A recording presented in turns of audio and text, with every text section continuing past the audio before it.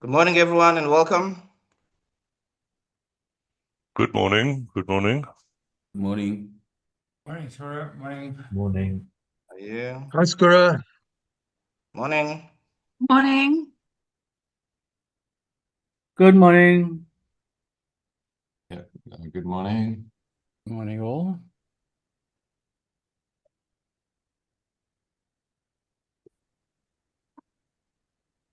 Morning, and I hope everyone is doing well. Today we have craft of architecture. Michael and John will be talking to us. So I'll introduce them with the bio, and then they'll go on there with the presentation. So the practice was established 2007. Craft of Architecture is a collaborative team of over 40 design professionals operating across studios in Cape Town and Durban, driven by a philosophy that values the creative process above all else.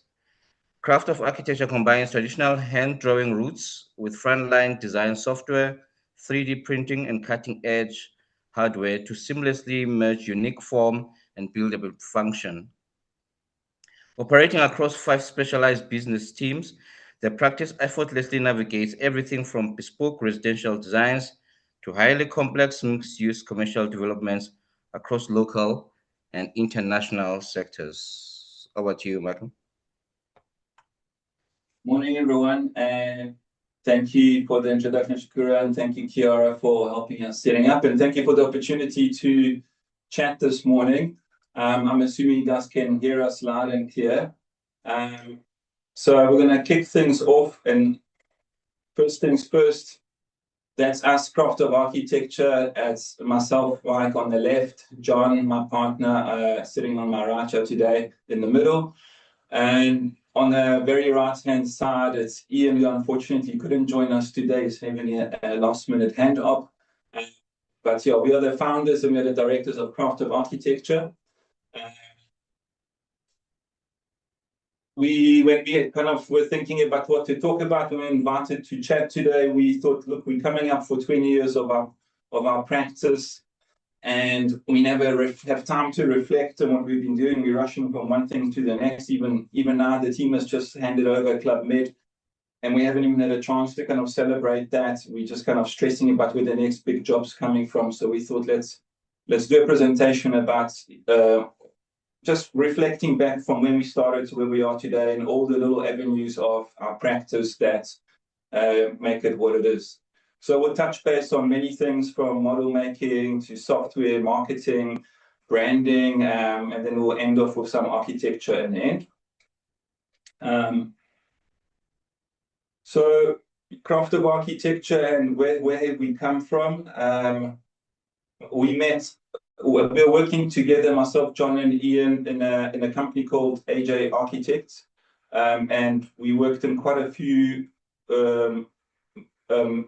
Middle Eastern projects overseas in Bahrain. We worked on the financial towers and in Blue City of Oman.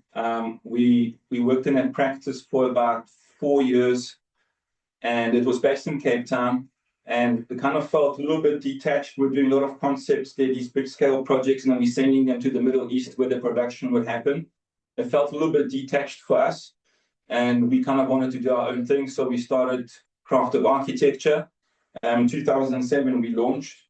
And the first thing you got to do, okay, we're going to start this thing. What are we going to call it? We've got to register it. And it was quite a conscious decision for us that we didn't want to call it, Van Wyk, Korycki, and Gray Architects. We kind of wanted to have something a bit more open-ended, something that's got an open vision and open opportunities for other people to come and join us. And it's more about the architecture itself rather than our personalities or our egos, anything like that. So that was a decision. And I think also the name, the craft idea was was a reaction to what had been experienced in the previous 4 years, where it really, we just felt with, you can see in the top right, doing the work in Bahrain and the Middle East, where we would just literally, we would get a phone call, do a concept, send it off. it was quite a soulless and it really felt like you were losing a bit of the craft and not being involved in the full process. And it kind of, that's where, I suppose that's what helped precipitate the name quite a lot. Yeah. Then we kind of, at the beginning, we had to have a logo. At some point, we already were working and we had no branding, no logo. We were just so into the design aspect. And I remember we had our first presentation was going out and we were like, oh no, we don't have any branding on this thing. We don't have a logo. And we quickly put COA into like the coolest font we can find that evening. And that was our first logo, the one on the left. And after a couple of years, we thought, sure, that's like really, we can kind of feel we are becoming a design brand, we're growing, we really need to have like a cool logo that's designed. You know, as architects always like cool things. So we worked with some graphic designers and then we designed this logo that's in the middle with them. That was like minimal and hard. And it didn't last too long. We kind of ended up hating it because you couldn't really see it and everyone was confused and couldn't see it on the drawings, couldn't see it between other branding elements. So a few years after that, we kind of redesigned the logo and rebranded again, working with a friend of ours at Ethiopia. And we came up with the logo and the branding that's on the right-hand side of the screen. And what's quite interesting about this kind of journey, you know, that wasn't quite important for us in the beginning. Then we realized we're building a brand that was kind of getting momentum and recognition. But it took us 2 years to understand who we are and what we are and how does the brand operate, what is this brand doing. It's very hard to kind of see it all, especially with three people that have slightly different take on everything. But this time we were ready. And since then we've been using that branding and we were quite comfortable with that. So the journey is always quite cool. And I think you're going to be open-minded to going through it. Just so some of the branding collateral that we designed, you know, we were really into figuring out what the brand color was. You know, we really liked the navy blue and architectural grays. So we went through the whole thing. And then as things go, you know, we were starting off and we had like, I think 1 or 2 jobs in the beginning that got us going. But the most important things, as we all know, we got to have jobs coming in. You got to need the fuel in the tank to keep the practice running.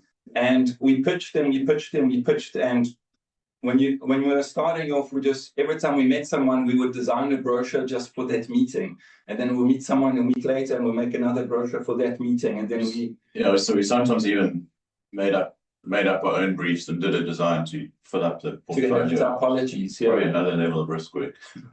And then we tried all these things. We had CDs, we had giveaway years, beach sticks, we had those cards. It was an absolute mess. And I think we did more of this at some point than actual buildings. And then we thought that's got to stop. It's out of control. And also took us a really long time to kind of systemize portfolio and pitching. You know, we had some gravity of projects, and that kind of helped us to put together these things with the call now project pages, which we'll show in a minute. The other challenges we were starting off and we didn't know how to position ourselves is that we knew from the beginning we didn't want to limit ourselves to residential architecture only, or maybe resort architecture or commercial architecture. We kind of were passionate about design. Sorry? We were passionate about all aspects of design across all the projects, and we wanted to do it all. But we realized as we were doing that, it's quite hard to, you know, do your marketing and position yourself. How do you design a website? You know, because a private residential person doesn't really care about the bridge that you've designed. They want to see more homes. So that's been a challenge that we have till this day. You know, what did we show to who? And there's a very distinctive, different approach to private residential clients and non-private residential clients. Then these are just an example of the project pages we eventually did. It took us 2 years to get to this point, but it also kind of came with time and confidence and understanding what we have. And the confidence was that, like, if we got a typology or group of project or category, let's say under multi-residential, you know, we'd have 10 pages in there of our 10 latest projects, and there'll be 1 image per project with a short description. So we didn't have to flood this thing and overdo it with millions of brochures and renders. We were like, we're going to see a person about multi-residential projects. Here's our pages. And we had quite a cool application we used that kind of categorized everything. You could WhatsApp it, you could email it, you could print it. And we use this till this day to just keep the updated sets and keeps things very ordered and clean and kind of moves away from the mess that we were having. Website design is also one of these things that, when you're young and you're kind of building your practice and trying to have your brand, it takes up a huge amount of time and energy. And, with the website engines running today, you have to update your websites all the time to get the SEO to pick up changes so that your website stays relevant. But with the website, I must say, our website's never been used to get any jobs. We never got any work from a website. We kind of just, I think clients maybe look at it when they kind of meet us to kind of see what we're about. And I think our website gets mainly used for people to find directions to our office and to kind of for us to categorize projects for ourselves so we see what we've got. So that's also quite interesting. I think if we had to do it all over again, I would just have one page with my name and address on it and wouldn't get into this whole thing. So in our website, in order to kind of work with the SEO and all these things, we worked with many great web designers and engineers. We came up with this idea of a journal that we continuously would post stories on a journal side of the website, so it stayed active and relevant. We still do this, but like I said, it costs money and it's quite time consuming. And I think it's one of these things that I feel like it's almost getting updated in a way because everyone's on social media anyway. So that's where we are.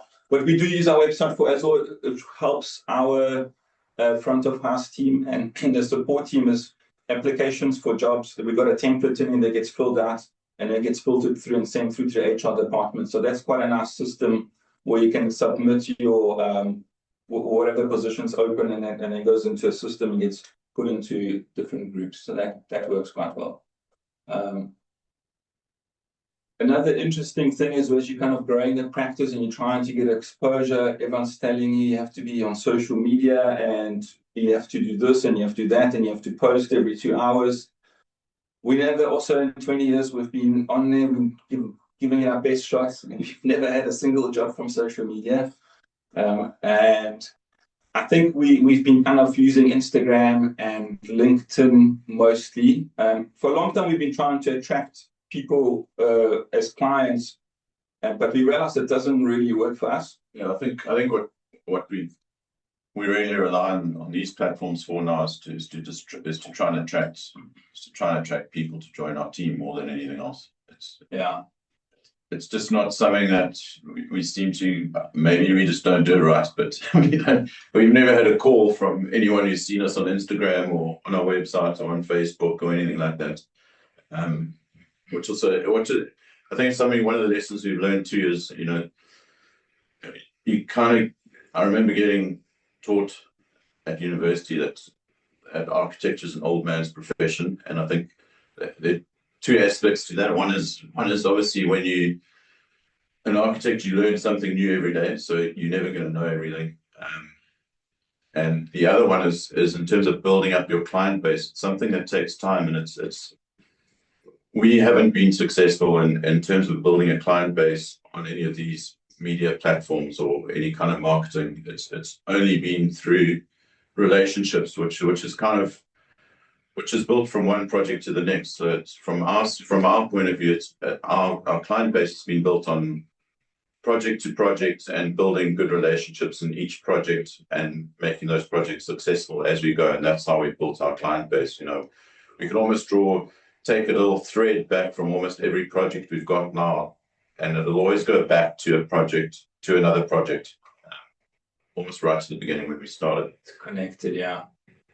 So saying that, we like I said, we have tried before, and it's not just we tried, we've also worked with great media companies, marketing companies, local and international.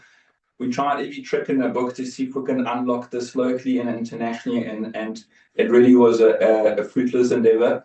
And there's amazing tools out there that you can use, and we have used these tools. We worked, we had ads that we would, we'd position these ads in front of development companies, and we could have reports back saying that so many directors from that company have saw your ad, and so we knew that the ads were going, we knew we were doing things, we knew we were promoting things. but you got your stuff out there, but the phone never rang from all of these experiments and all of these things that we did. So also, once again, I think sometimes people maybe you need to figure out where you want to put your energy in all of these things, but we've put a truck ton of energy into that, and it didn't really give us anything. And just going back to what John was saying, that we kind of shifted our approach on social media, and it's more about finding like-minded people to work together with, and it's about our people and sharing stories and sharing lessons learned on our platforms about architecture, about techniques, maybe detailing and any events and those kinds of things. And I think that works quite well. We've been quite happy. There isn't this kind of pressure of trying to get something that we haven't been able to get. And it's also part of the journey. You've got to kind of adapt and figure out how things work. And talking about people, talking about building teams. These are our teams on the screen now. On the left is the SAIA team. On the right is the Cape Town team. Together, we got about 50 architects. So, we've built up quite a big team that we need to lead and we need to guide. And it's a big task to have. So you kind of, at some point, we thought, sure, we're building momentum and we're figuring out what this is all about. And we really wanted to have a guideline. What are we doing? What are we about? We've got to kind of unify everybody in a direction. And we thought, well, we've got to kind of figure out what is our key values as a practice that we share. Myself, John, and Ian, we kind of locked ourselves in the room. What do we really care about in this practice? And what is our sole purpose? Like, well, what are we doing this for? So for our sole purpose, we kind of put this out, and this is kind of what we tell all our onboarding process to all our staff and all our teams. It's like, we are here to deliver your vision. So that's our sole purpose as Craft of Architecture. So it's about delivering your vision, meaning a client's vision, meaning we are a service. It's not about my vision. It's not about John's vision or Ian's vision or anybody else's vision. It's about working for our clients to give them what they want. And then the things that really matter to us day to day, when you really pick your day apart and see what's really important in your day, these are the points that came out for us. And we say, we listen, we care and take pride in complete accountability. Enjoying the experience is fundamental to our joint success. Growth through collaborative relationships and creativity with efficiency. And all of these things rub off in our day-to-day things, and I think the one we listen in the top is such a key and simple thing that a lot of people don't get right. Often young architects are distracted and they just want to do stuff and start, and we're like, just listen to the brief, just focus on what you got to do, just figure out these things. Listen to yourselves in the team, listen to your client, and everything is out there. You just got to listen. Yeah, I think that listen is also, there's another context to it as well. It's also about listening to the context of the project. Listening to, when we say listen, we mean, listen to what the climate's doing, listen to what the topography is doing. So it's also about the context. Yeah, well said. So, yeah, we got these two teams, 50 people. We got these studios. Now you got to go like, okay, we've got to have quite an inspirational environment. We got to have an environment where we invite creativity and collaboration, a safe space for young designers to put their hand up and ask questions. So we had to really think hard. How do you want the studio to live and breathe in a city that it's in? How does it integrate with the city that it's in? So in our studios, we have activations, we have events. In Cape Town, we've got open studios, and we put together a big showcase of projects and models that we present to the public. We have a lot of events and parties as well. And then the other big thing that's quite key for us, we've got 2 studios in 2 different locations, which is, because they're separated, it's very easy to have a natural barrier between the people. And we picked this up over the years that, it almost felt like we had 2 different companies, and it's definitely not what we wanted. We wanted all to feel like one space, one studio, one team. And we came up with a concept called Chaos, which is communication at our studio. And every first Thursday of the month, we connect for the whole morning on a video call between the 2 studios, and architects and technologists and team members prepare presentations on the projects they're working on. And the presentations are about lessons learned. So they talk about challenges from the project, any from technical challenges to dealing with clients' challenges, budget challenges, submission or authority, stop point challenges, any challenges that we're coming up with, we're learning and putting them in a platform in order that the whole practice then knows, so we only learn this once. And that's been very successful in bringing us together. And then obviously the other things we do, we do events, we play sports, we do charity shows, and those kinds of things.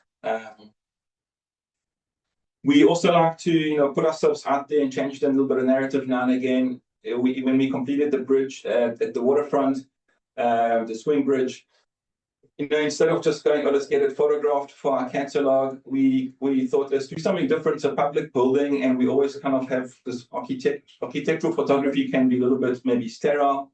And because the bridge was so minimal, we kind of were worried we're going to just get this, elevational photo of the bridge. So we came up with an idea to maybe pair up with the ORMS Cape Town School of Photography, and we launched a competition with the final year students to photograph this bridge, and just to see these designs from a different point of view, not from an architectural point of view. And then it was extremely successful. We got an amazing set of visualizations and imagery back, and it's definitely something that we're going to do again. And these are some of the photos from the competition that we enjoyed. You can see how people were playing with these collages of context or geometry of the architecture and the structure, or even the one in the middle where it's playing with the movement of the bridge. We had lots of fun there. We also got an internal newsletter that we use to stay connected between the teams. It's very important to us to keep the culture across these two studios. We also, through this thing, we share different books we read. I think, when you kind of have quite a big operation like this, and you've got to continuously learn and inform yourselves. And we do a lot of reading, and we share the books between ourselves as we go through it. And the other big thing today is, as everyone knows, is this AI thing. Obviously, there's BIM and the software and all of that. And we use ArchiCAD and Revit and kind of like most typical studios. But today there's this massive thing on AI, and there's a plethora of platforms to use that do different things. And there's a lot of noise, and there's a lot of positivity. There's a lot of benefits you can get out of it. There's a lot of blind spots you can have out of it. So we have a team that sits there and tests a lot of these things in-house. We test the different applications. Then we try to make them into models. We try to make them into different graphics. And we're figuring out what works for us. And we've had a lot of great success with this as well. We definitely had some epic fails and some great successes. So this is definitely something that we're using to our advantage. We found that over the years, pushing innovation in any way you can does really help you to get ahead and helps you with getting that product of actual architecture onto the ground.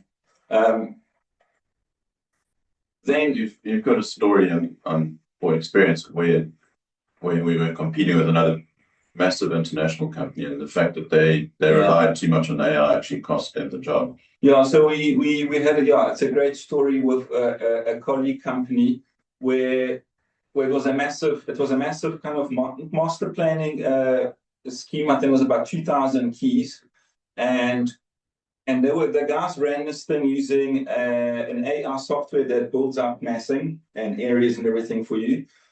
And it was obviously run by a junior person in a practice, and it wasn't maybe well supervised, or there was a blind spot there.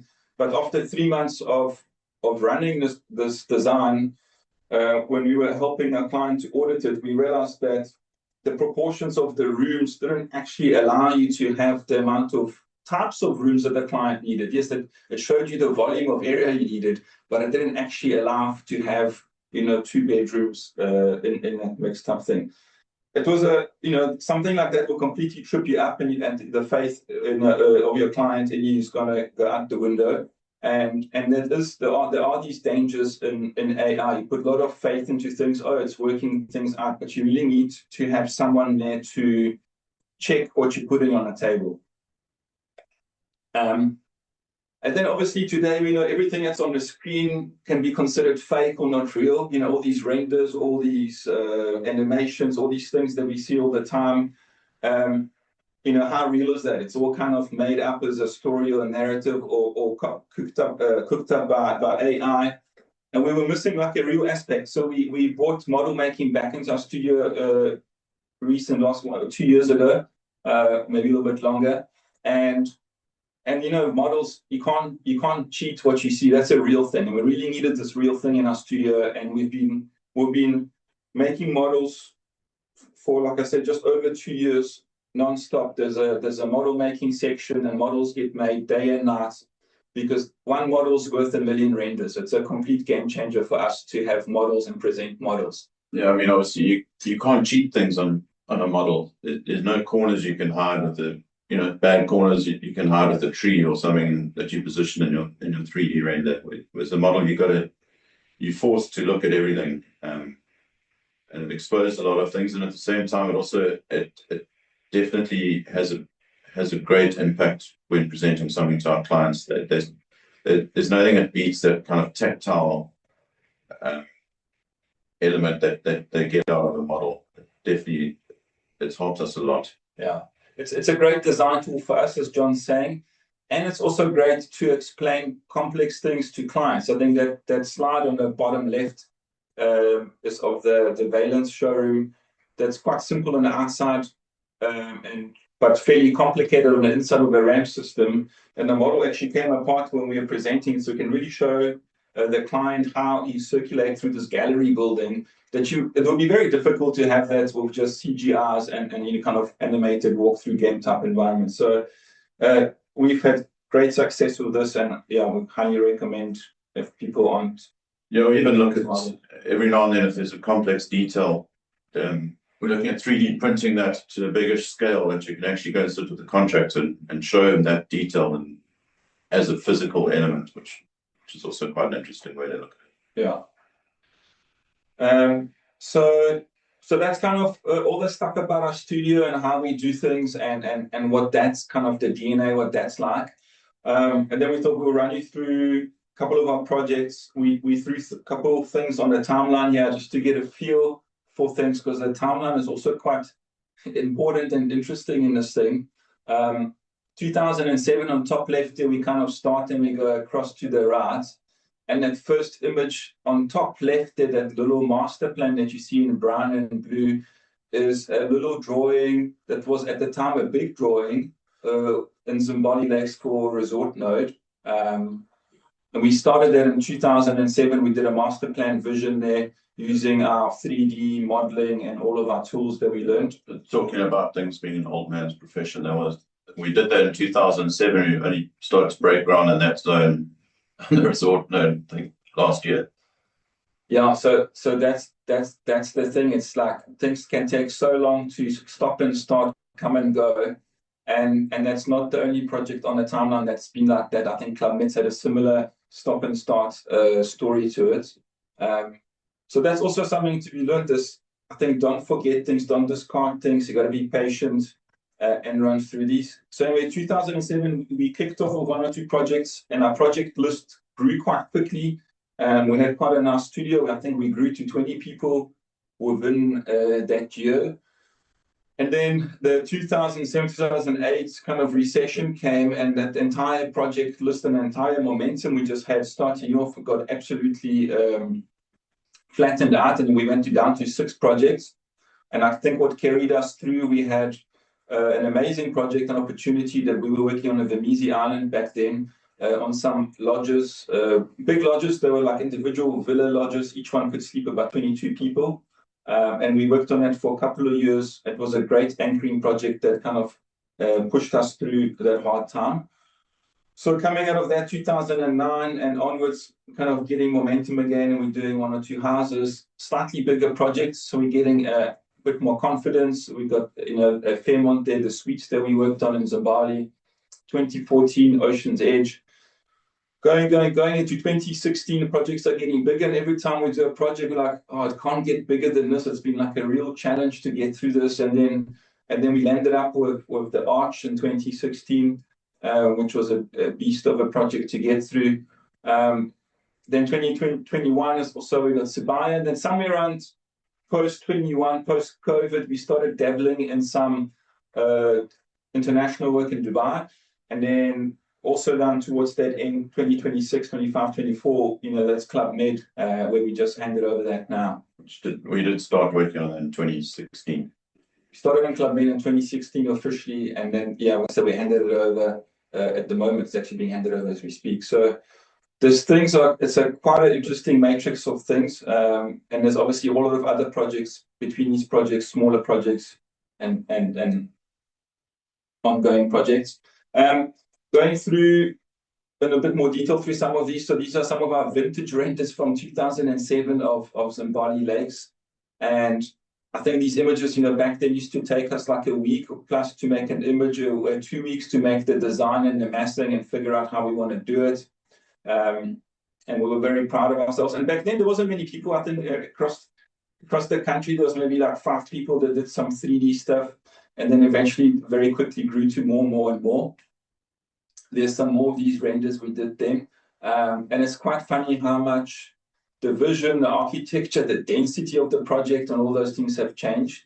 Somewhere around, I think, 2015, we did some updates. We got kind of reappointed to relook at the area, and you can see over here things are densifying, becoming a bit more modern.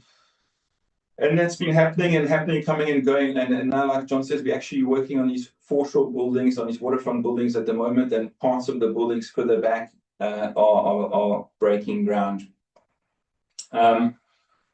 Then going back in time again, this is one of our first multi-residential projects, Ocean's Edge, 30-odd units in Zimbali. Also felt like a big task to figure this out, but we quite enjoyed it. We had to get views for everyone, create features, make spaces.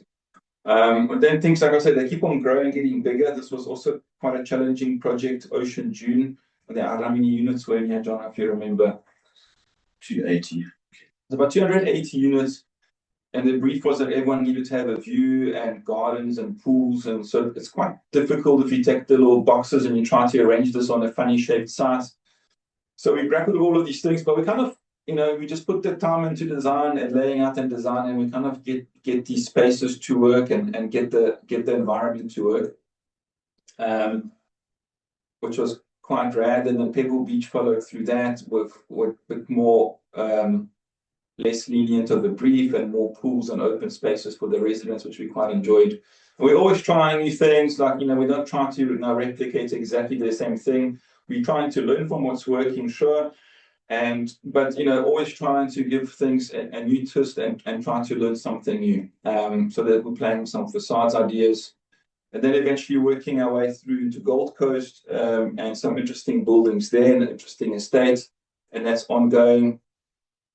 Park was also quite a nice, successful thing. We tried a couple new ideas there, new ways of dealing with buildings and parking, and trying new typologies of kind of townhouse typologies that were quite tight and neatly racked up against one another, and everyone opened up onto the shared green space. What was quite interesting about that project, it's probably the first, possibly even the only project where in the townhouse scheme we've managed to get people to accept that their vehicle's not parked up against the kitchen. So we freed up back courtyards and those back units there and actually parked underneath the road. So the guy's garage is underneath the road there, freeing up.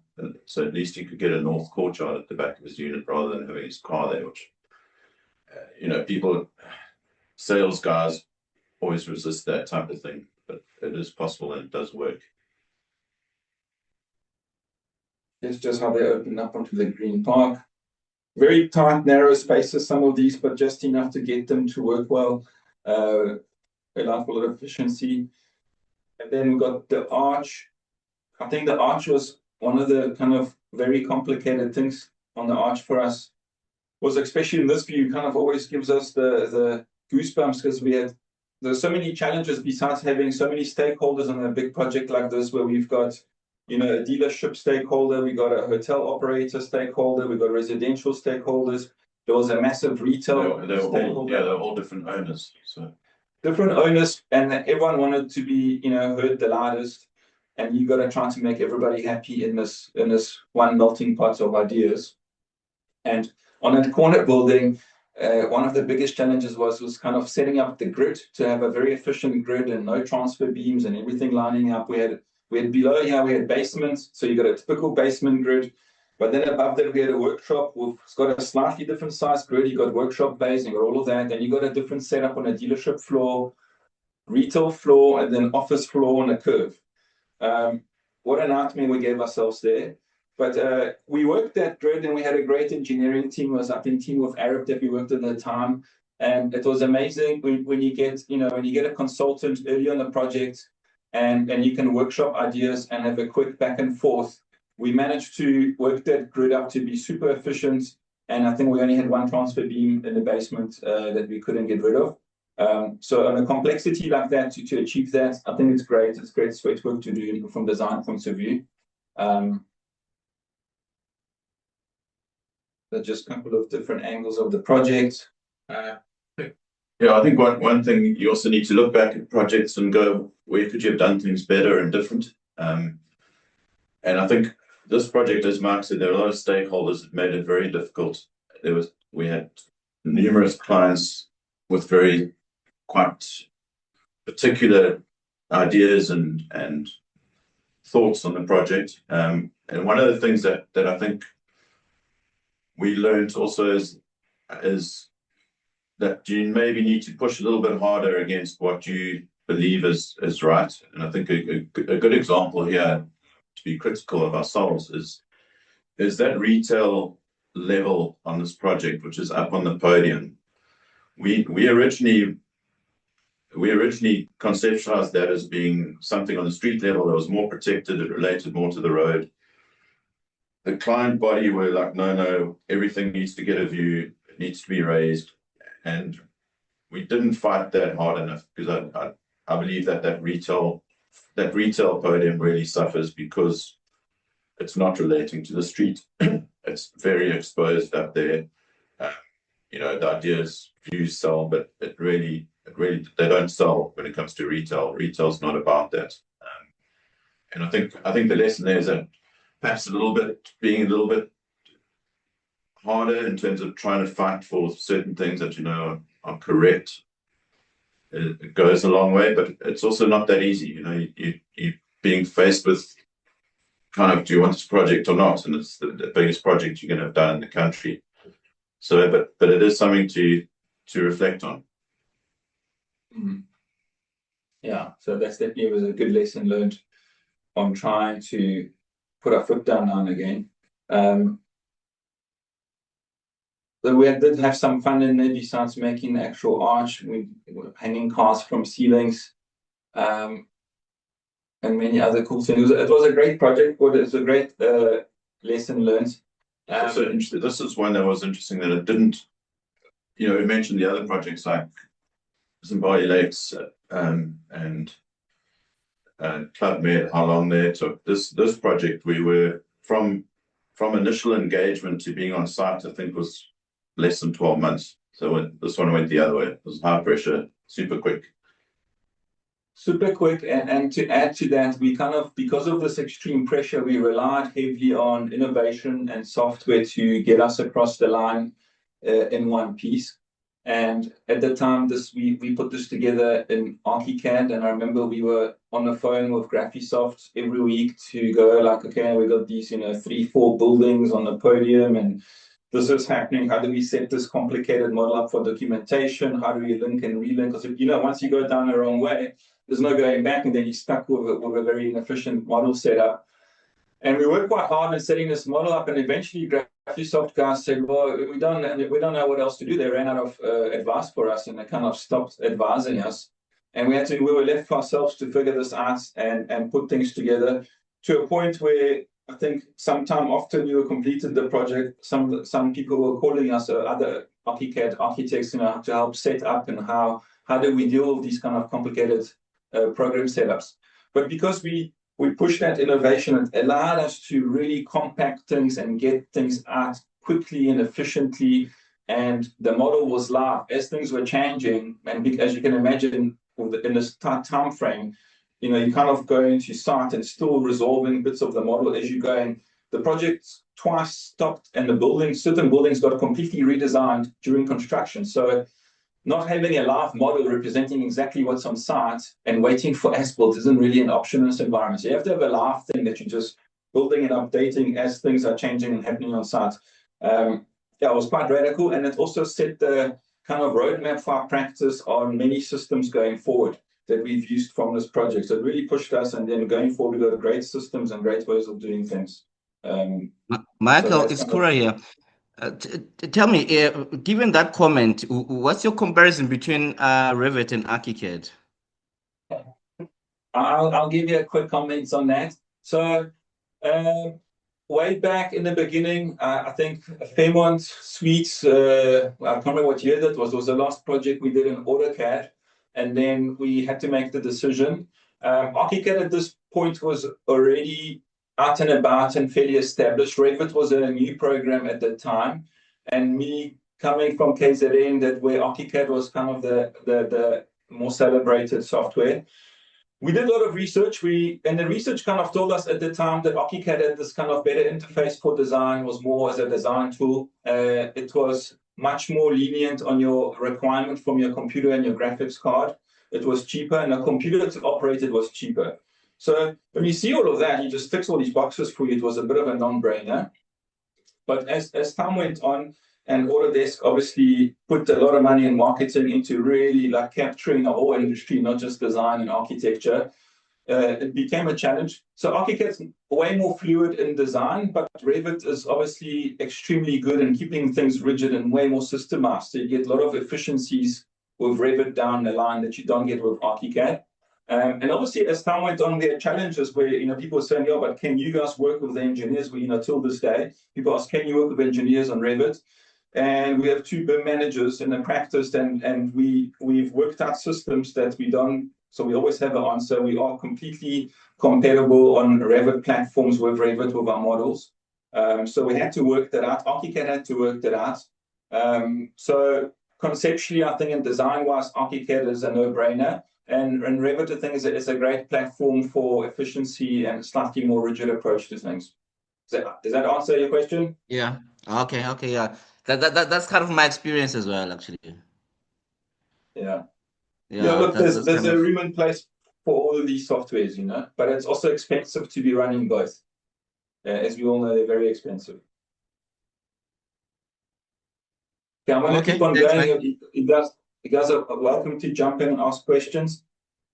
And then also with all of these projects, we do houses, we do private residential projects in KZN and in Cape Town and out and about. What is quite nice, we get to use some of the efficiencies from the commercial aspect of the practice and use them to kind of build the models and the systems for the residential aspect. The residential aspect, we love residential and private residential projects because they just run in their own pace. They are generally more calmer. They're often more creative. They're a bit more buffered with budgets and things. From the business point of view, a private residential project, you get this cash flow from the beginning and you're up and running, and it isn't this kind of risk aspect that you get with commercial projects where you need to run on fumes for a while before the money gets unlocked. And that's great. It balances the books out quite well, So we always kind of try to balance these out. And it is a tough one in the practice where, like we said, we've already got all these categories of buildings we're doing. Now we've got residential.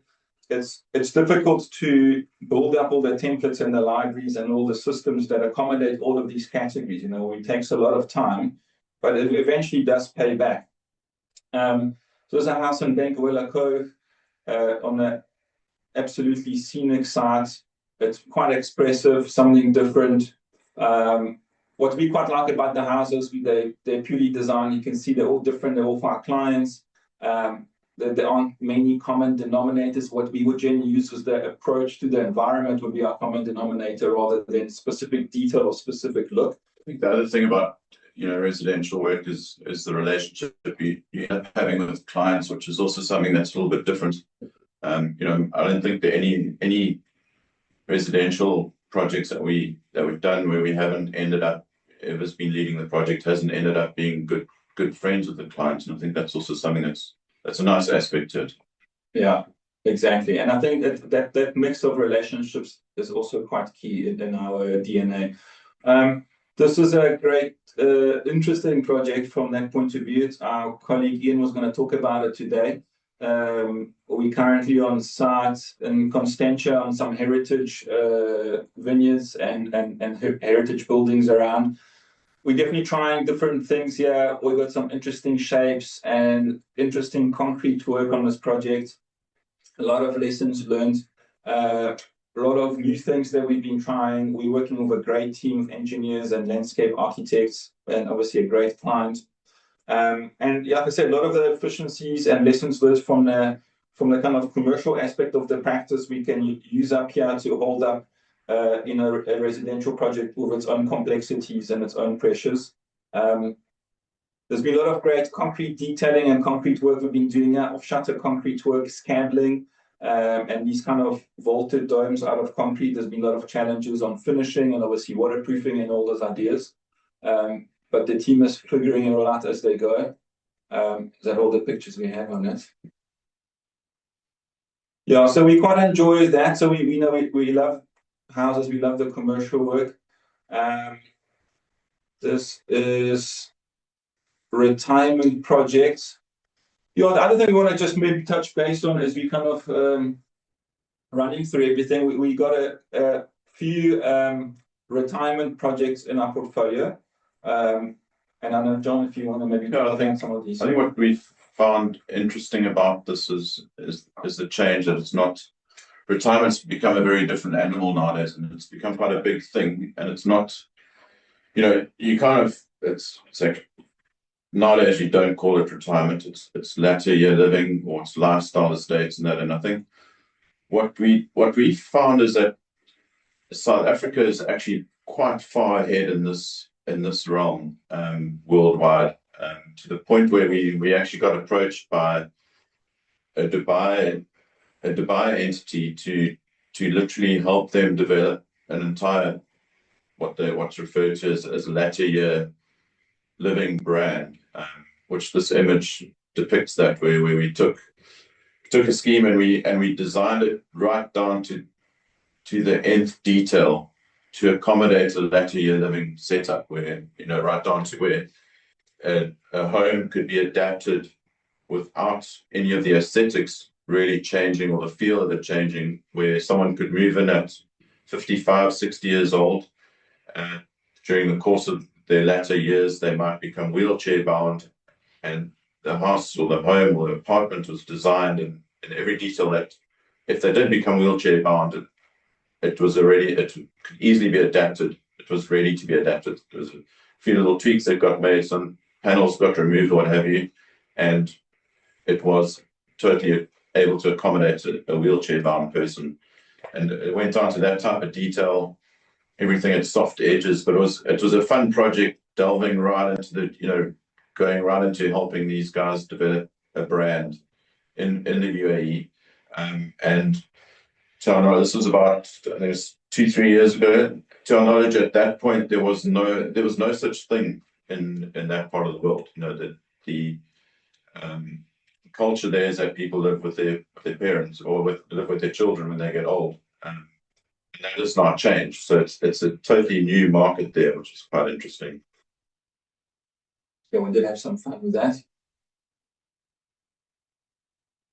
We're definitely pushed to kind of think out the box and do a track on the research with a lot of documents we had to study to figure out a lot of these aspects to it, and then we got all implemented into these designs.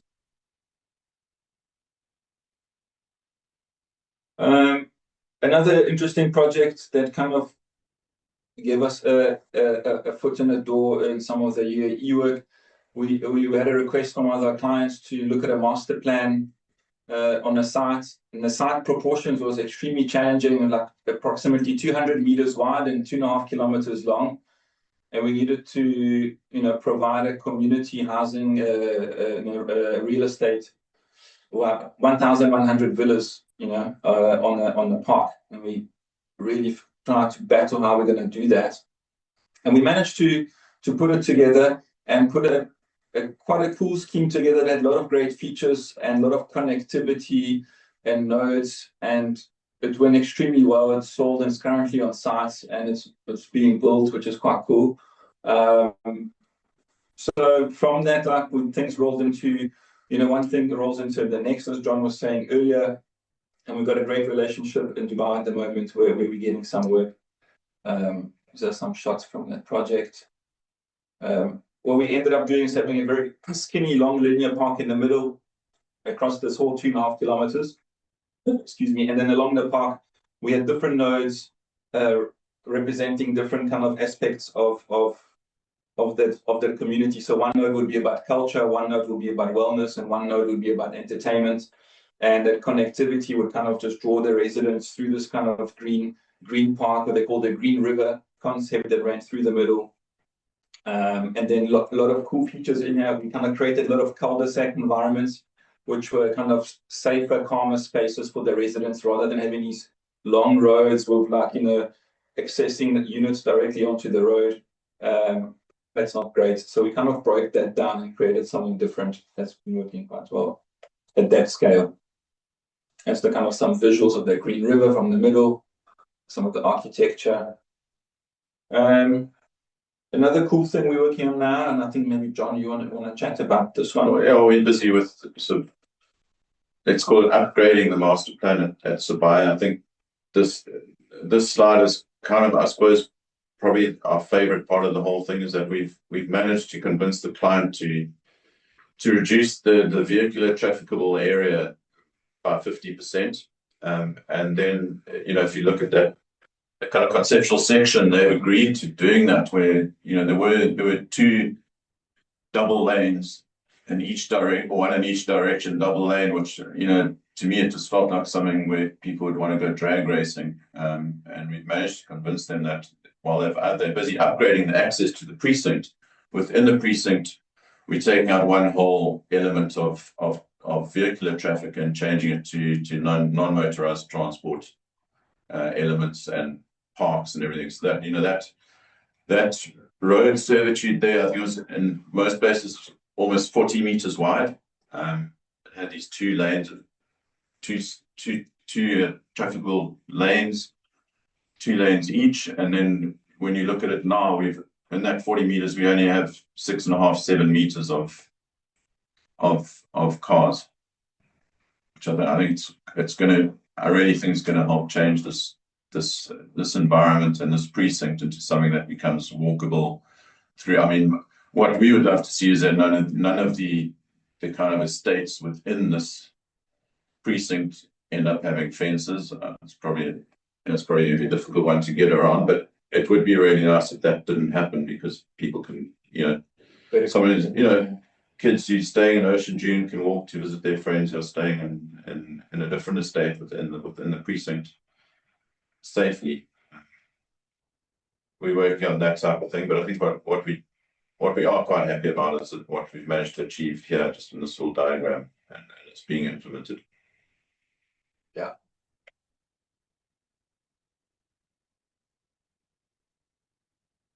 Yeah, so it's current.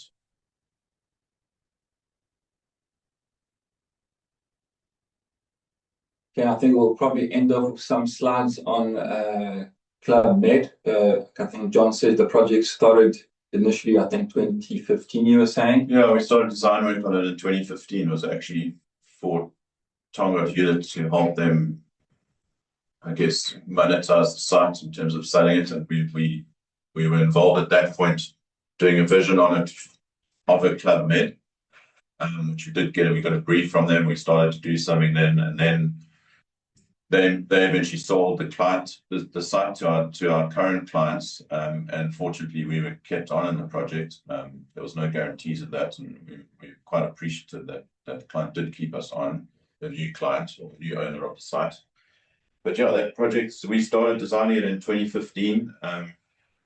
Then what happened is we got to a point where everything was approved, funding was going, and COVID hit literally days before we were submitting our building plans to council. And then there was a gap of 3 years where not much happened. But what happened during those 3 years, which was kind of an interesting challenge on this project, and those 3 years, nothing happened on the project on this side, but Club Med spent 3 years redoing their brand standards. So we basically came back and 2023, the button got pushed again, and there was a whole lot of redesign that had to happen and rethinking that had to happen, which was an interesting challenge. But yeah, I mean, today is probably almost the first time we're reflecting back on it, because we are busy handing over. The test week starts tomorrow, and next week they're going to get their first international guests arriving. Do you want to have a chat about some of these buildings on the images, John? Yeah, I mean, this is the. I think part of the challenge is there's some massive spaces, and obviously we all know the topography that we're dealing with is traditional, typical hills, a lot of contours. And this is their main, what they call their main village, where it's the sort of core place where everyone goes to entertainment, to eat, to the main bar. I mean, that the restaurant on the top floor there is a single restaurant that seats around about 1,000 people at one time. So it's some big spaces. Trying to articulate them and blend them into the contours is quite a challenge. The architecture is what we like to think quite a typical response to the KZN climate, where we just used a simple roof form with big expressed overhangs to talk about the climate. It really it gives shade to areas below. It protects you from the rain when it's raining, because it is a climate where you can quite comfortably be outside. You can have your drinks outside, sit outside, look at the view when it's raining. And I think that's quite a special part of this area. And we use those big overhangs to create try and bring as much horizontality into the scheme, as well as giving it that canopy feel to these buildings. It turned out being a far more dense project in terms of the area that needed to go onto the site than what originally anticipated.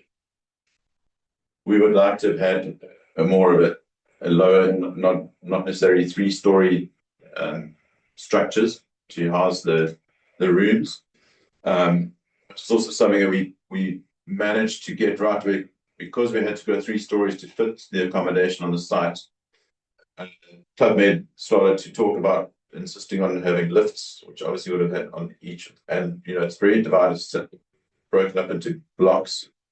It would have had quite a large impact on the budget. We've managed to arrange the buildings so that they all sit into the landscape where you access off the central level. So we managed to convince them that it was only effectively a single story up and a single story down. So we got away with that, which obviously our client was happy about as well. But I think it also helped set into the landscape.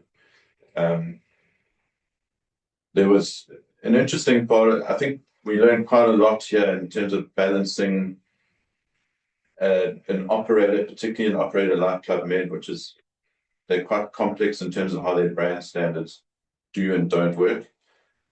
And there's always some surprises around the corner. In the case of balancing that with our clients' requirements and their budgets was quite a challenge. And I think we learned a lot in the process, and that process on this project as well.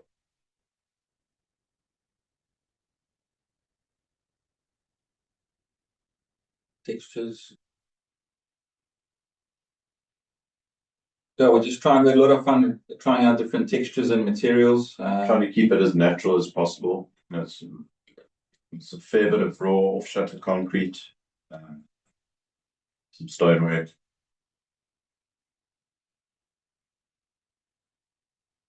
And also trying to, you're also viewing, particularly those front communal buildings, you're viewing a lot of them from the rooms above. And we managed to use sort of the flat planted roofs in areas just to break up those massive expansive roofs in places.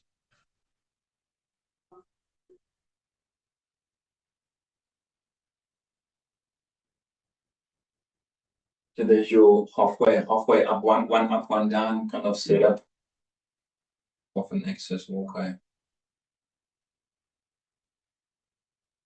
Then the guys there was a documentary made about it. Interesting one is they made Amazon had just made a 4-part documentary series on Club Med called Dreammakers, and I think two of the episodes were revolved around the building of this Club Med. But what if you want to talk about lessons learned, what is interesting is that they showed the Club Med and the whole heart was being built, and they went through the process and everything, but just something where you kind of reminded, just don't forget about any little detail. You know, they ended up, it's quite a funny story to look back, but they ended up making quite a dramatic element of the fact that the sort of manager of the club arrived and wasn't happy with his accommodation, which was kind of, just out of the 45,000 square meters was a kind of 50 square meter unit, which we had been given a standard kind of apartment unit layout to use, which we plugged in. And this guy, he's quite he's a well-respected club manager. He's probably the best one that they've put in this club to get it going. And he arrived in the scene and he just wasn't happy with it. And they turned this into half an episode of how unhappy he was. So, and it just they probably spent more time on that than actually the parts that everyone liked. But it was interesting. Yeah, I think that's the end of the slides. I think to summarize all of that and kind of looking ahead where we are today, I think some of the challenges and the big things for us is obviously innovation, this integration of AI into practice, and everyone talks about it. There's a lot of noise that comes with it. The other items we struggle with is obviously, I think, finding talent has been very difficult, and the demand for talent, I think, is quite high around. So those are some of the things that we work with. I don't know, John, if you got any other things to add in, but I think that's about it for us for now, unless there's any questions. Thank you, Michael. Thank you, John. Actually, let's just start with AI. I was at the university for moderation last week, and for the first time, all the students had renders from AI for the first time that I saw. But actually, if a student had not resolved their building, AI still could not save them, because it does bring those elements of reality in your presentation, but it actually doesn't solve the fact that you have not resolved your building. That's what I noticed. Exactly. Yeah. So have you used it extensively yet? We use AI extensively throughout things. Obviously, the visual aspect of it and helps quite a lot, but we kind of also learning about a lot of the kind of number crunching aspects of AI and bringing that into the practice. Those kind of models which aren't necessarily always about the graphics. The graphic was the first one we tried. I think we tried it a couple of years ago. I'll give you a good example in illustrations where we had a hotel that we had to render on the Fenbos Hill. And the graphic artists were, they would either randomly put these generic little plants and they all look the same in the model, or they had to sit there and Photoshop this thing in, and either process didn't look good or took extremely long time. And right now you can put that generic thing into AI and just mask it and say, make it look like Fenbos, and it looks like Fenbos, and that takes 2 minutes. So just bringing that extra convincing level of reality or certain context that you want to convince the client and tell that narrative is great. We've had many scenarios where we don't have any images, and then we get like 20 images, 10 minutes before the meeting. That gets quite interesting. So we get. But none of them will be correct. Yeah, so you have 20 images, but you can see faults in all of them. Yeah, so you kind of got a disclaimer that's maybe we kind of treat them almost like precedents or work in progress. But what's happening now is also, and we kind of spoke about it earlier, is that we kind of seen that we've got project managers coming into project meetings with clients, and they bring their own AI pictures into the meeting, and you're going, whoa, what's going on here? Why is a project manager now, getting AI things that are from our sketches? Like, yeah, we recently done a massing study for a client who wanted to present it to potential blue chip tenant, they took, we did a presentation for them. They took it, they put into AI, and then they presented their version of the building to their prospective tenant, which they'd taken our presentation and put into AI with their own prompts. Which is Yeah, it's a slippery funny, slope. but it's I quite dangerous think too, I now, yeah, I think now we know how medical doctors feel about us going to them, having Googled our symptoms and knowing exactly what's the problem. Yeah, we do. Anyway, That I is think also, that is something that's also coming up is clients are putting our proposals or concepts, they're loading it into AI and asking it to give them a crit. And then they come back to us with what AI believes is not working on the scheme. Yeah. So I think one interesting project for me is the public space at Sibaya. Could you please share a bit about that? Because there's something special about the promenade here where you can actually go out into a space and you don't actually have to spend any money. You can jog, you can cycle, etc. Yeah, that's exactly the principle there. We're taking the two tracks out to make it one track, which automatically is going to slow traffic down. And it's left us with almost 30 meters, which we're going to turn into park, which will incorporate golf cart paths, cycling paths, walking paths, and little activities that happen along the way as well. We're working with landscape architects as well to help us with that. Obviously, there's it's a costly exercise for a client who's, we obviously we got to convince them that they're going to get the return in terms of the value of the property that they're selling. And I think some of the strategy we're using is to keep some of the existing blacktop, but repaint it, resurface it, dig zones of it out, not necessarily demolish the entire thing, and use it as a golf cart path, but just in a different way. But effectively, that we're releasing 30 meters linear along that entire road to become non-motorized transport and park area. Quite commendable. Colleagues, questions and answers. Oh, sorry, questions and comments. Questions and comments. It's quite interesting you mentioned the manager at Club Med was not happy. It looks like such a luxurious place. How is that possible? It was with his own personal accommodation. So they have almost 200 staff that live on site, which is a project on its own. And then he gets his own little place as one of the staff members. And I think it was a generic sort of we got given a template. This is our this is the manager's house, which we positioned on site, and he just decided he was that they template for manager's house. Or someone else came in. Sorry? Did you continue with the job, or someone else came in?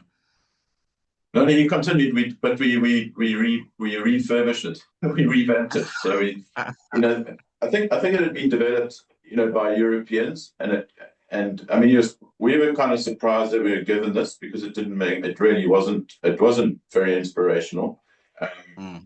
So we took it. So they gave us then the kind of go ahead to take it and redo it. So we while the bones was the same, the layout, we demolished some internal walls, we gave them bigger windows, open doors, made it more responsive to the climate, which at the time we didn't realize we were able to do that. We were kind of given it, this is the standard for our staff accommodation. Yeah. Okay. Thanks, Michael. Ivor? Good morning, Michael. Good morning. It's very interesting to hear how you operate as a practice. With big teams like that, how do you manage the design consistency throughout the process, and how you as partners in the practice participate in that process and manage it, giving your staff and other members of the team enough latitude to work and develop their own things? But besides that, I also wanted to ask you, looking at your software packages, do you have any way of testing a lot of your designs with the environmental impact of the design in terms of its performance? So I can lead into both of those. Going on to the practice breakdown, at some point we were growing, well, probably maybe 30 architects, and we didn't know how to package and break it down, and we tried different things over the years. And at some point, myself and John and Ian were sitting at a table, and we thought, some of the best years we've had when there was only like 6, 7, 8 of us around the table designing day and night and operating as a unit in the early years. And we thought, let's try to maybe recreate some of that energy and look at the practice as breaking a practice down, fragmenting it into smaller business units. So we broke the office down into the studios into teams, anything from 5 to 10, 12 people. And the team would have a team leader, and that little team will operate as a little business unit. So that would be responsible for budgets and invoicing, design, and everything. And the team leader will then report to us, and then so that kind of we could break down that scale of it. And if there's an issue, we will talk to the team leaders first, and if there's an issue further, then we'll go deeper into the team and find out what's happening. So that's one way of kind of breaking down the scale. Yeah, I think in the early stages of every project, we almost all have a hand in it at some point in terms of when the design is being developed. Yes. Yeah. So and with that side, so we based myself, John and Ian, we kind of based most of the time in Cape Town office, and a lot of the designs gets kind of started just from the concept or the breaking of the back of the design to figuring out what it is and where it's going. That happens, yeah. Then we've got a team that kind of specializes in just starting off the conceptual work that looks at it, and I lead that, and I kind of get supported by John and Ian. So we definitely get very ingrained in a lot of the designs and a lot of the work and a lot of the quality control. It's also something that's evolved fairly recently as well, as that we do now have a team that's very design focused in the initial part of the design, and that was largely precipitated by the kind of level of risk that we have to go to. So we generally don't do risk work per se. We've come up with a concept which with our clients, most of our clients, which we refer to as petrol money. So we kind of go like, if you need us to get a car somewhere, we've got to have some fuel in the tank. So we normally get a nominal kind of amount of money to get a project to a point early on. And we needed a team that was very efficient and effective at getting projects to that point quickly and efficiently. So that it made sense to kind of consolidate that a little bit. So we do now have a team that's very much focused on early design work, which I think also gives a fairly consistent feel in the work as it flows out from there. Yeah. Is there any danger in losing that as it develops away from that core or initial team, in the context of them also losing touch with it and others picking up somebody else's idea and developing it? I think that's probably the most difficult part that we're working with right now in our practice, to be honest. Yeah, we are dealing in the day-to-day. Obviously, design development stage is kind of where it sits in the middle, and that's where the kind of danger zone is, where things can slip through. So we've been giving a lot of attention to that stage, and that stage often also gets quite compacted depending on the job. So we are giving that a lot of spotlight. But also what we're trying to do, so the guys don't lose touch, all the guys in that concept team, the criteria is to be in the team, you need to kind of have done and built buildings. So you've got experience on how things are put together. And then we kind of work with the implementation teams to make sure the concept's executed to its best ability. So we're definitely working hard at those overlaps. I wouldn't say it's easy, but we're quite conscious of that comment that you made, that we need to have that continuity across the two. Mm-hmm. And technical development, do you have specialists in those various teams at the middle stage where you can build on experience and the development of details which are in line with the design concept?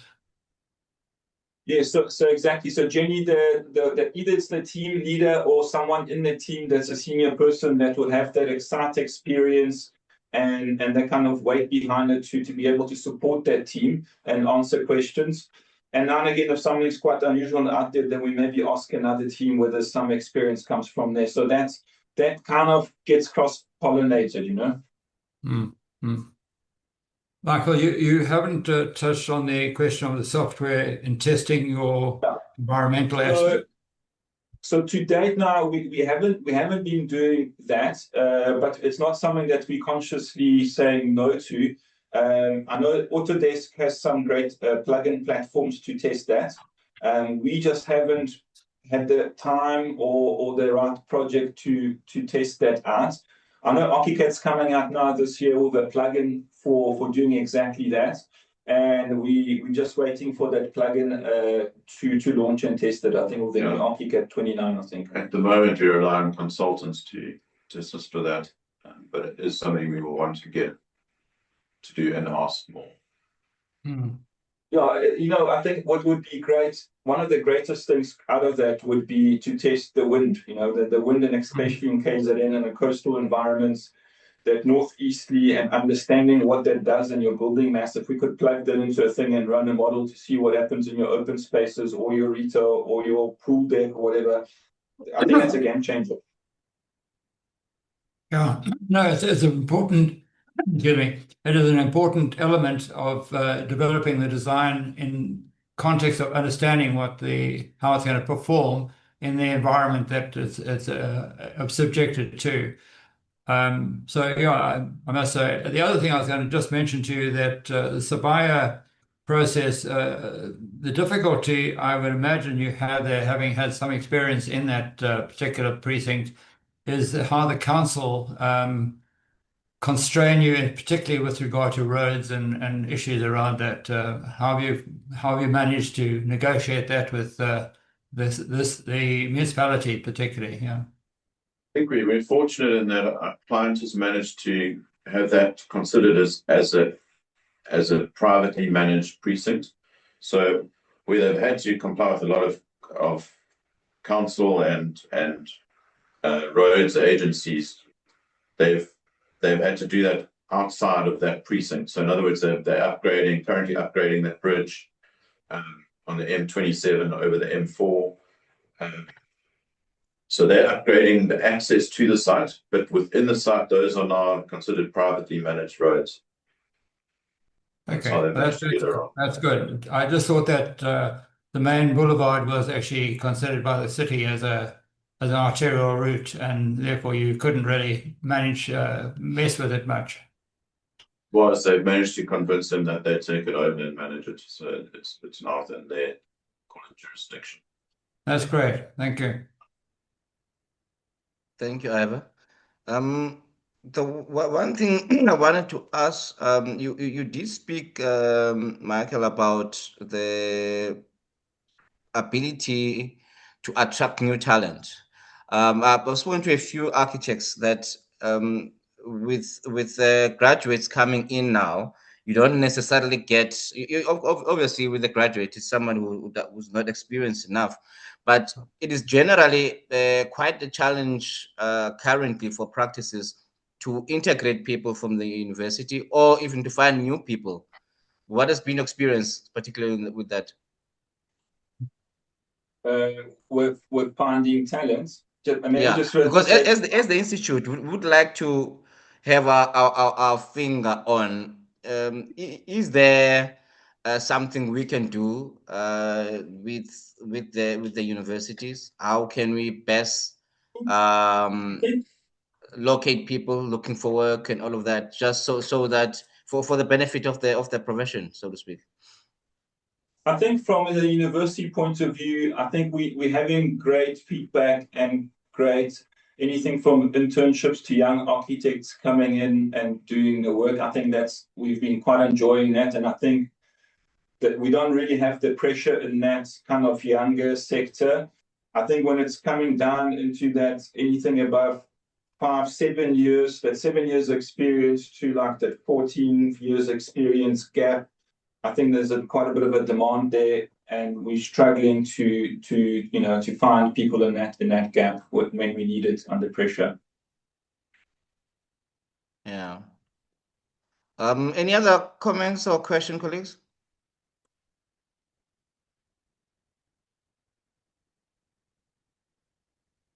I think from my side, Michael, congratulations on all the work that you've done. And tell me, on Club Med, it's a luxury resort. It must be all projects are challenging, but it must be some sort of a relief to work seemingly on a project that doesn't have that much of a tight budget. You're talking about Club Med. That budget was a lot tighter. It was a lot tighter than it looks. It really was a continual. I mentioned, and it was quite a learning experience being in this position between, particularly in this project, between the operator, the end operator, and the client. There was some bizarre negotiations in terms of, it was kind of like right down to the point where one of the buildings has a pool and they wanted a pool 25 meters, and our client didn't want to spend that much on that size pool tank. And the negotiation went, well, if we make the pool 20 meters and we add in a jacuzzi, will that work? And then they would go, well, no, 2 jacuzzis, and then you can use 5. So the entire project was like that. I mean, it sounds bizarre, but it really was. There definitely were some budget constraints there. Ivor? Is the new hand, Ivor? Sorry, Michael, I just want to come back to operating your practice as a whole, and the projects you particularly illustrated of working currently offshore, particularly in the Middle East. How are you managing that work? Are you working in association with local firms there, or how are you actually working with that process? Well, with those, we're generally only doing a country concept. And then our client on some of those projects does request Michael to travel there every month for a week or so to overview the optics of record. Yeah. Okay. Yeah. So we kind of do the design work here, and then we'll be up there presenting it. A lot of the nature of the work is either like master plan type of work, which we do here. We get the brief. I'll collect the brief from the clients in Dubai, and then we'll execute the works in South Africa, and then I'll go back and present it. And then we work with the local architects on the ground. Once the design goes further, gets developed, goes to site, then we'll oversee it, we'll redline the drawings, and that process kicks in kind of on consultation basis. So are you saying that you don't actually get involved in the implementation stages during the projects overseas? No, we just would redline the drawings to make sure that the concept isn't lost, or the original motive and stuff. Yeah. Okay, no, I understand. Thank you. All right, sure. Thanks, Ivor. Any other comments? Any other questions, colleagues? Lucas, please go ahead. Unmute yourself. Please unmute.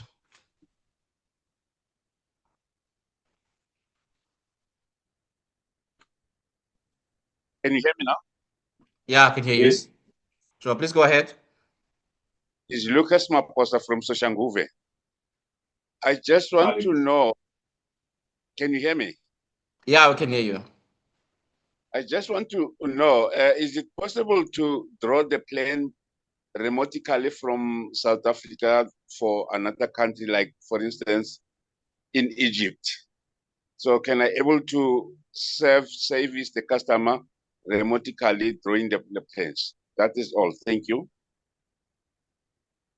Yeah, sure. I mean, if you get a good brief and you got an understanding of, the parameters on the site you're working on, and, we're probably a good idea to have the local regs on hand as well, then you can definitely service custom layer. We've done some projects like that. I think few practices have done that before.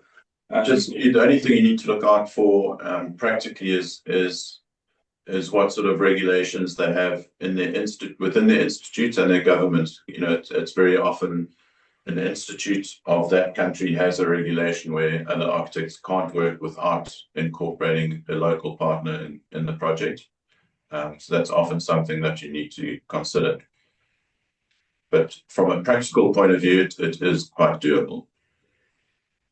Yeah, and the concept stage is always maybe a bit easier. I mean, we've had one of the projects we did it in Sri Lanka. We did a little hotel, and the client just kind of wanted to understand how to solve the building on site, what the building would look like, and we gave them quite detailed concept drawings, but no details, just kind of the arrangement of the building and the look and feel of the building.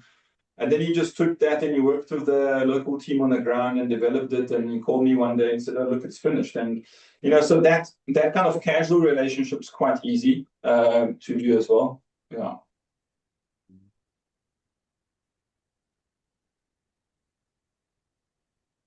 I don't know if that answers your question, Lucas. Lucas, were you asking as a professional or a client?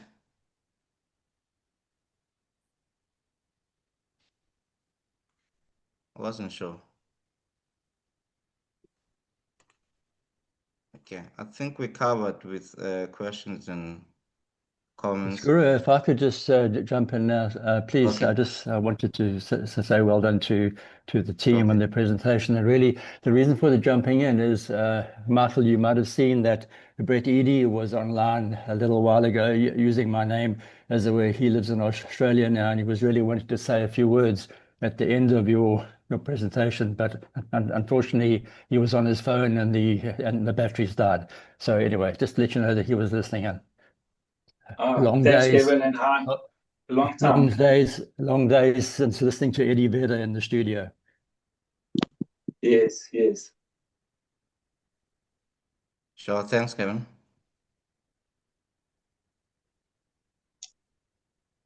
Lucas, did you want to comment? I was wondering whether you're a professional or a client.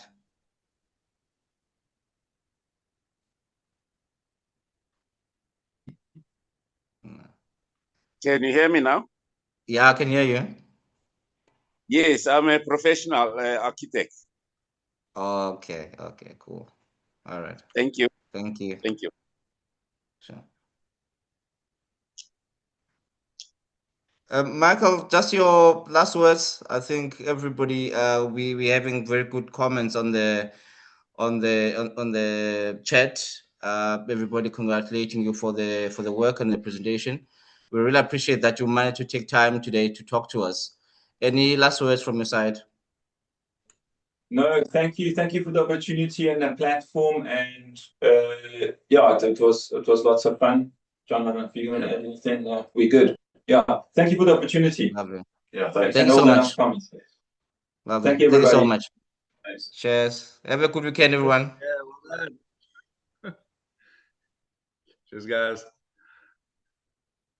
Cheers, Rich.